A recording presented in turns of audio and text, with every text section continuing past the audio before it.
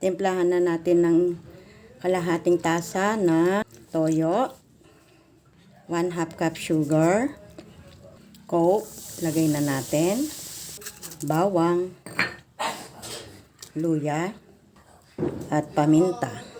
Papakuluan natin yan ng 30 minutes.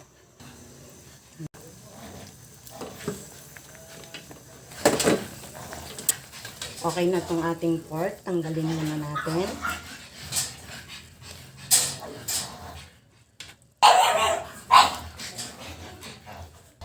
Alisin natin yung bawang niya at yung mga luya. Ayan. Ayan, lalagyan natin siya ng celery.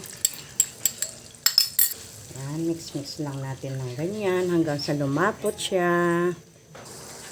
Ayan, okay na tong ating sauce. Mag-iihaw na tayo. Ayan. Ayan. Less usok. Ayan. Sige, lagyan natin siya ng sauce. Ayan.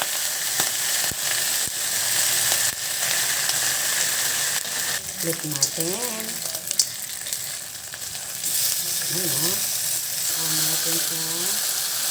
Ayan.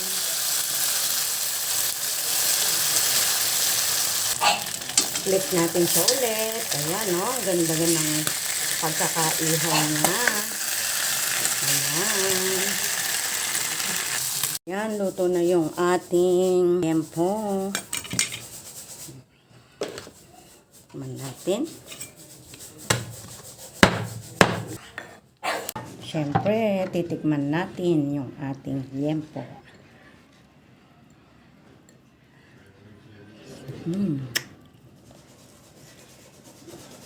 Ang sarap.